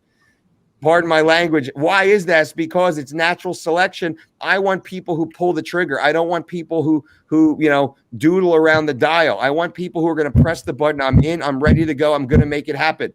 And those are the ones that get the biggest discounts, by the way. So if you're interested, just shoot me the text. I'll let you know more about it. We don't even have the date scheduled yet, but it will be in the next few weeks. I think we're going to get one here in the next month or so, sometime probably in the month of March. Lindsay and I are going to coordinate schedules. FYI. Scott says, Coach, your soft speech really motivated me. I'm trying to reduce fat for the summer, have reduced carbs, and added 10 minutes of cardio to each workout. Any advice when hitting a plateau? Lindsay, do you have any advice when someone hits a fat loss plateau? Doing what Scott doing? Yeah, I mean, it could be a plateau for, I guess reduce fat for the summer, reduce carbs. Yeah, I would definitely suggest adding that LISS in the morning. That's really helpful for a plateau. Another thing is whatever type of workout that you're doing that you're adding 10 minutes of cardio to, just scale it up a little bit. So we need, like we had mentioned before, progressive overload. We need to periodize workouts to become progressively harder as our goals get harder and harder to reach. But I will say that last bit is definitely the hardest part. So staying disciplined, paying attention to the things that, you might overlook. Like we talked about sleep a lot today, stress levels, all of those things just to help you push towards getting over that hump. You bring up a great point. Progressive overload. Many people, they go to the gym and they don't move the chains down the field. They show up, they do the 3 sets of 10 reps, they do whatever it is, and it even feels a little hard, right? Because at a certain percentage of your ability, it'll always feel a little hard.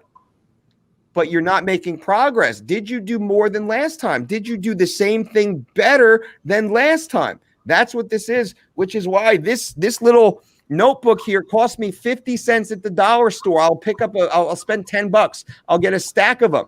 One's in my gym bag, one's in my truck, one's here in my office, one's at home. Like there's always one available, but the one in my gym bag, there's coffee on it, there's saliva, there's blood on it, there's chalk on it, right?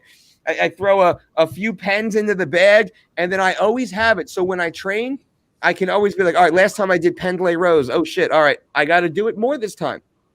I have to do it more. I have to step up the game. So, and that's where you're soft. I did a rant. If you guys didn't hear, go back and take a look. It was called, I think, muscle building or gaining weight for looking better naked, I think, for the 25 to 45-year-old male. And it was basically you're a bunch of pussies.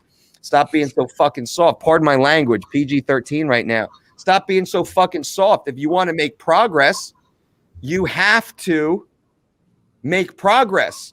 I'm cold, I'm tired, I'm sore, I'm lonely, I'm scared. Fuck you, motherfucker. Get out and get to work.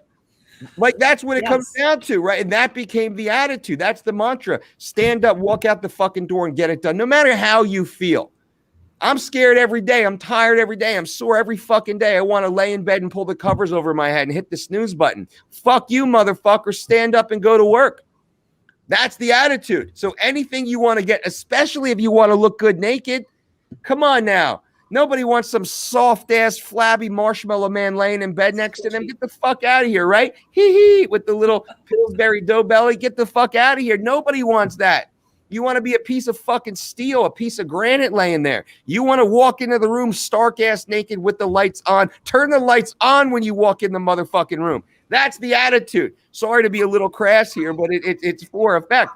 That's the attitude you should have.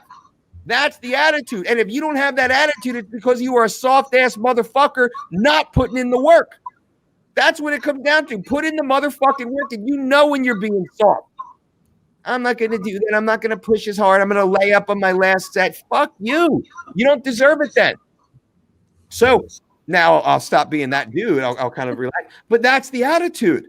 And if we have that little voice in my head, because Lord knows I got to switch that voice on in my own head, and I got to fake it till I make it, right? I got to pretend also and get in there and get it done. And then we get it done, and then I am that badass motherfucker. It's funny. I'll use this story.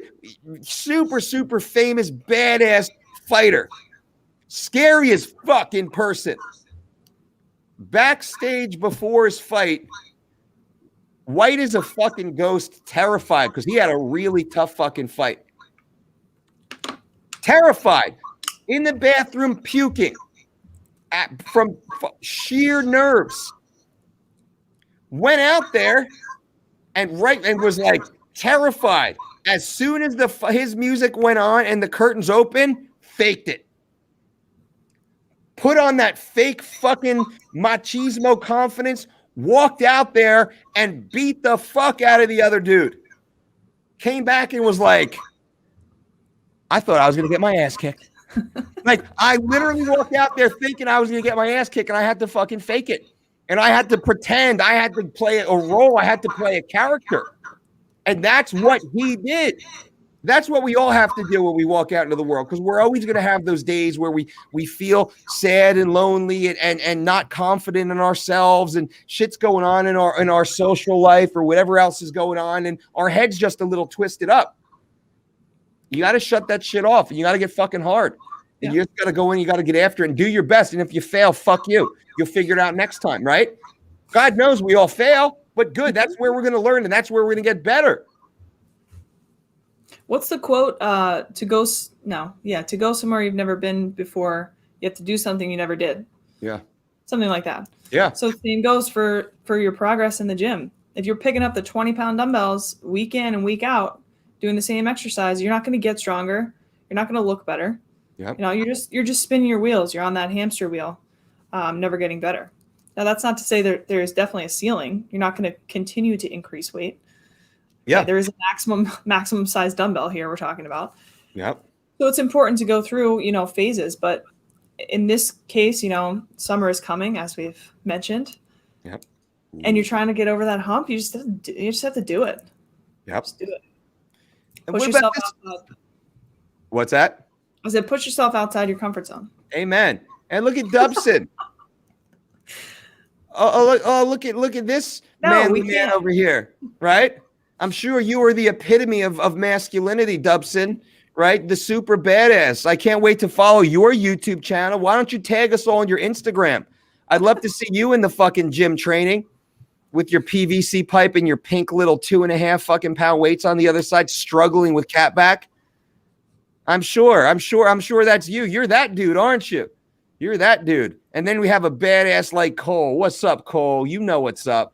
That's who we're talking to. Craig M. also. Thank you, Craig. Would love to. I don't kiss and tell, unfortunately. I don't know who the fighter. Well, I know who the fighter was, but unless they tell the story or give me permission to tell the story, I would never tell such stories. I have so many amazing stories, by the way.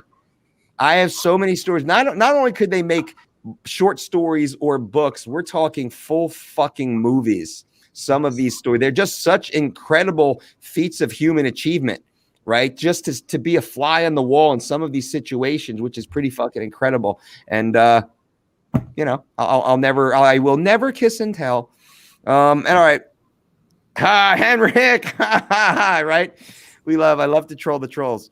All right. Andy says, do you have any videos on brown fat and white fat? What's the difference? You want to touch that, Lindsay? Anything about brown fat, white fat? Yeah. So a lot of people don't talk about this anymore. How you could stimulate the production of brown fat and white fat. Like, I haven't heard this being brought up in a very long time.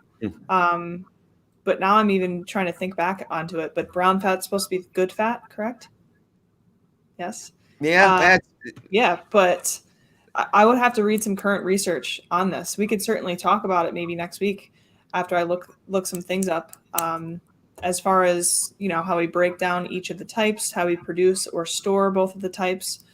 So I could definitely look more into that. I apologize. I don't have that much to share on it right now. No, well, let me see if I can just pull this up right now, because I agree with you. Let me see. It's been a while. This used to be a hot topic, and it hasn't been brought up in a while. I was actually just admiring how many of the pre-registration notes came through. You guys are fucking awesome. It looks like we're going to be getting this event out here pretty quick. So we already got a good number of people that are already interested in being a part of the pre-registration for the next DDC. Plus so I'm on Google Scholar right now. And let's see. See, the genetic variability affects the development of brown adipocytes in white fat, but not in interscapular brown fat. So yeah, I think what we'll do is this actually might be a better video for us to jump on because there's a lot of intricacies here. We don't want to just jump on in. We're at the end of the show right now. So we can actually do a more deeper dive. And I actually do want to talk about the alpha beta receptors and the interplay between the two with regards to insulin and insulin mediation for enhanced lipolysis. And I think the brown fat, white fat conversation certainly becomes a part of that. Also, blood flow to stubborn fat areas, which is another issue people don't discuss. They don't understand that blood flow is part and parcel to fat loss or the inability to actually lose fat. People don't get that. That's why waist trainers sounds fucking crazy here. And I'm not saying this works, so don't quote me. But using those neoprene waist belts can actually help. I won't say spot reduce, but they can help improve the efficiency of stubborn fat loss in the midsection simply due to improved blood flow to the area, because those areas are predominantly very difficult, very, I have a loss for words right now. They do not have ample blood flow. So if you ever wake up in the morning and you feel your stubborn fat areas, for me, it's my hips, like my love handle. I got to fucking diet and do all the shit. If I have one fucking spoonful of ice cream, it immediately goes to my fucking hips. I got to spend 3 days working it off. But if I like wake up, I'll always like feel like my hips ice cold. My lower belly right under the belly button, ice cold. The rest of my body, like I'm always like striated. My upper chest, my deltoids are usually pretty well striated. I'm always fucking hot in these other areas. So it's interesting that blood flow has an impact on fat loss. So white fat, brown fat, alpha beta receptors, blood flow, enhancing blood flow to stubborn areas. It's a hell of a lot easier once you understand it to start to improve fat loss. And last piece on that, so I'm not taken out of context, all we're trying to do is we're trying to help these stubborn areas work as well as the non-stubborn areas. It's not like, oh man, my waist got shredded. No, you'll just start losing weight more representative, or fat more representative of how you lose it amongst the rest of your body. Right, that becomes the ad. So it's not spot reducing. We're just eliminating some of the challenges that area is having, which is making that fat stubborn and sticky. Yeah, and that's so true. We used to do this at soccer. Like growing up playing soccer, it's like 100 degrees outside. You could see the heat coming off the turf, and we would always put our hands right on our belly because it was cold. Always cold, ice cold. It's 100 degrees outside. You're sweating your ass off, but it's always cold, and that's facts. So when you're exercising, your blood flow is prioritized to your heart, your working muscle, your brain, and it's not prioritized in your gut. That's why a lot of people get sick when they work out. Lack of blood flow to the the gut and the stomach. But so if you don't have blood flow, you're not picking up nutrients, you're not dropping off nutrients. So how is metabolism going to occur there? And metabolism is the fuel that you need to do metabolism, or blood is the fuel that you need to do metabolism. So if you don't have adequate blood flow in that area, then we're never going to burn fat. So that's an interesting point. It is. And it's funny because this is something that we've been focusing on for a long time because we work with these athletes and we have to enhance total fat loss. And if some athletes, they have stubborn pockets. And when I see fat on an athlete, all I see is we will have to restrict water or dehydrate them to make up for that non-functional body mass. We have to get rid of that because, a little bit of fat weighs quarter pound, a pound, and total body fat, we're talking half a gallon. If I can lose 4 pounds of total body fat with spread over a physique on a 200-pound athlete, that's not easy to see, right? Because it gets well spread, hips and thighs and belly and subscap and like these different areas of the physique. But if we can get that down, if we can lose that, that's half a gallon of water. I mean, this is a gallon of water right here, right? If I can lose half of that in body weight, holy shit. What a bro with your gallon of water over there. Dude, I'm so bro. Right? It's like I don't care. Like I could be at a wedding and I'll be like, sup? So hydrated, bro. Got a squat later today. Love you it. know, you got chicken breast though. Forget the chicken franchise. Give me you got grilled chicken breast in here. Yeah, but to your point about the fat loss and weight, I believe, now I'm thinking about it a little bit more, I believe brown fat cells are like smaller, more concentrated, whereas white fat cells are a little bit bigger. So this will be an interesting topic to discuss, is how we can maximize, I guess, production of brown fat and dive into the differences here. Agreed. I like it. And we got John Spence of the John and Jen duo with the super chat donation, brother. Thank you. Very cool of you. Knocked out morning fasted LISS from Rainbow to Durango. That's my old stomping grounds in Las Vegas, and back listening to you guys bring the fire. Keep Ask the Dietitian. Oh, this is going nowhere. This is going to become our most popular segment for sure. Lindsay is incredible. And everyone, bang, give this segment a thumbs up. All of the live viewers right now, the live family, as we will call you, give Lindsay a thumbs up right here. Appreciate it. John, thank you. I know you and Jen, the Spence family, John and Jen, they signed up for the online program maybe 6 months or so ago now, in the fall. I don't know total weight loss, but it's fucking dramatic. 40 pounds, John, 50 pounds or so combined that John lost, the majority of the weight, but Jen has made dramatic changes. They both posted their results inside some of our other communities. And now you can see John is out there right now in the morning in Las Vegas, still in the growing heat, right? Because it's getting hot in Vegas right now, doing his fasted LISS outside Rainbow to Durango, two of the more popular streets, kind of like main street sections, pass-throughs in Vegas. So super happy that you're here, John. I know you and Jen are absolutely crushing it, and I love when families do this together. Now, John and Jen, following our online program, everyone can click the link below, thedolcediet.com's 12-week diet and exercise program, and save 25% with promo code TRANSFORM. Why would you not? Get your sweetheart on board. Also, make it a family thing, my friends. Anything else? I think, Linz, we're getting, it's going to be an hour. This is what we do, right? We're going to go on for an hour, and here we are 2 hours in right now, still chit-chatting. We're going to have to cut this right now, I think. But let's cut this for now. Everyone, you guys are awesome. If you want to leave comments after this video posts, I think what we'll do for next time, we'll actually take some of the comments under this video, and we'll add them for just you and I to chit chat, in the next video, next Monday at 11 a.m. And then also we will answer your questions in the live chat as we are doing.